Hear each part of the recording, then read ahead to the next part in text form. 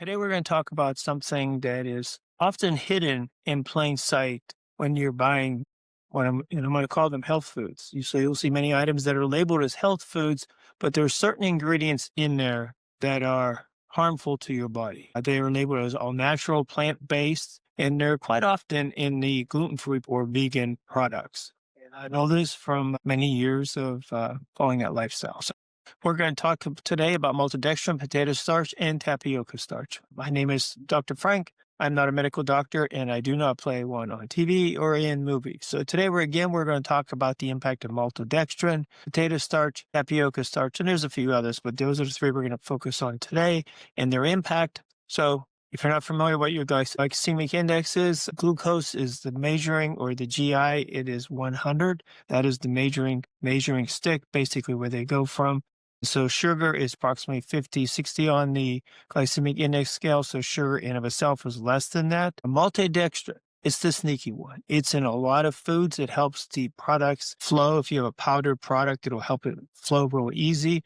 And on the glycemic index scale, it is approximately 100. It could range anywhere from 90 to about 115, 120, depending on what table you're looking at. It is often found in protein powders, sugar-free products, sports drinks, healthy snack bars, energy bars, and things like that. So look at the ingredients. Look at the ingredients for maltodextrin. It's down there. Sometimes it's in other ingredients. You'll see in there, sometimes it'll start off, we'll say, maltodextrin, rice-based, or something to that effect. And so again, it is all natural, it is plant-based, but it has an impact. The next one up on the list is potato starch. Now, it is not the same as potato. So it is a highly processed product from the potato. So again, it falls in under plant-based and all natural. On the glycemic index scale, it's approximately 80 to 100.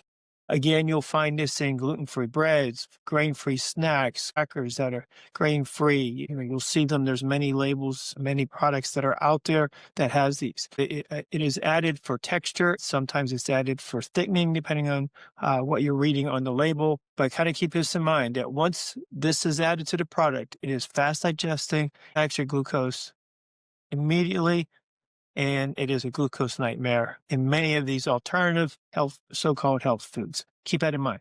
The final one for today is tapioca starch. Again, it is plant-based, but very aggressive. So kind of keep this in mind. It's about 80 to 95 on the glycemic index scale. So it's almost at the peak. It's often found in gluten-free products. It is a dairy alternative product. You'll see that it's in there. And it's quite often, you'll see it in paleo and keto labeled foods. You'll pick up, this is a keto friendly bread, and you'll see it buried in there, tapioca starch, maybe even potato starch. And so you'll see that in there. So read the ingredients. Keep in mind, final thought on this, all natural does not mean low impact to your glucose. It can, and for me, it definitely does. I learned this the hard way.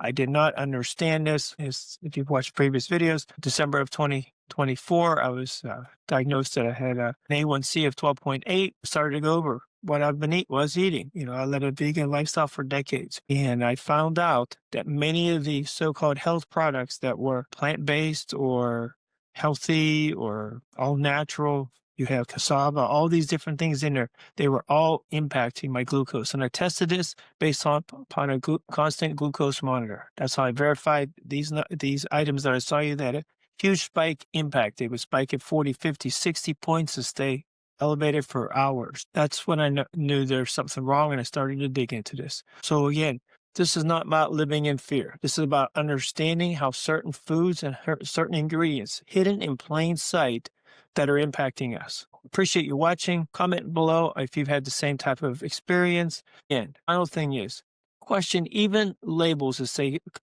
clean products. Just read the ingredients. Just read them. Take your time. Understand the glycemic index and its impact on you. Use your constant glucose monitor. If you're not using one, prick your finger, check and see a few hours after what it does. Again, thank you, and we'll talk to you next time.